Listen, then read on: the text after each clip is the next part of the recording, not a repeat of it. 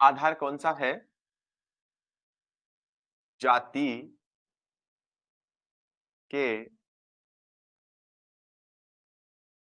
आधार पर। जाति के आधार पर स्वरों का यदि हम वर्गीकरण देखते हैं, तो स्वर जाति के आधार पर 2 प्रकार के माने जाते हैं। कितने प्रकार के माने जाते हैं?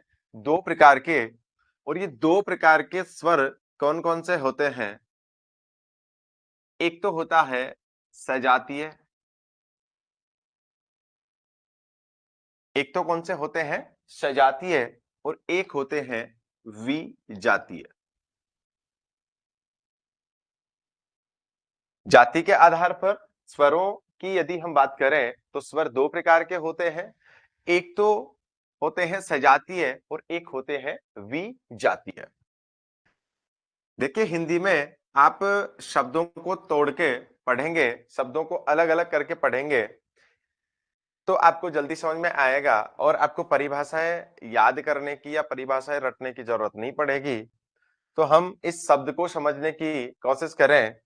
ये जो सजातीय है, ये 2 पदों से मिलके बना है, और ये 2 पद कौन-कौन से हैं? एक तो है सै और एक है जाति।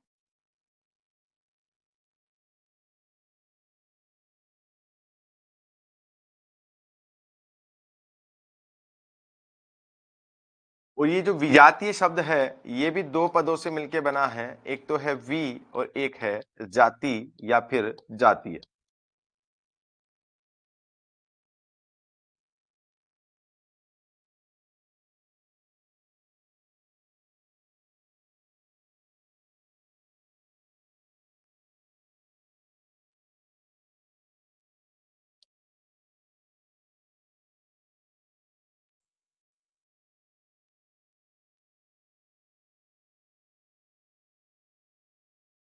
देखिए, सै का जो अर्थ होता है, हम हिंदी में लेते हैं समान।